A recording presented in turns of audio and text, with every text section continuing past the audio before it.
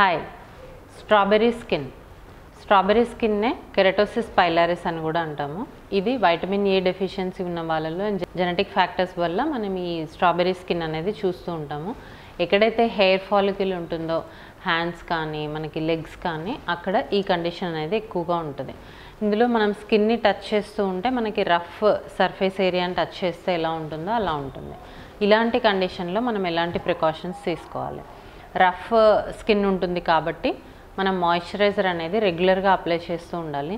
చాలామంది స్కిన్ రఫ్గా ఉంది కాబట్టి ఎక్కువగా స్క్రబ్ యూస్ చేయడము, లూఫా యూస్ చేయడము, ప్యూమిక్ స్టోన్ యూస్ చేయడం అనేది చేస్తూ ఉంటారు.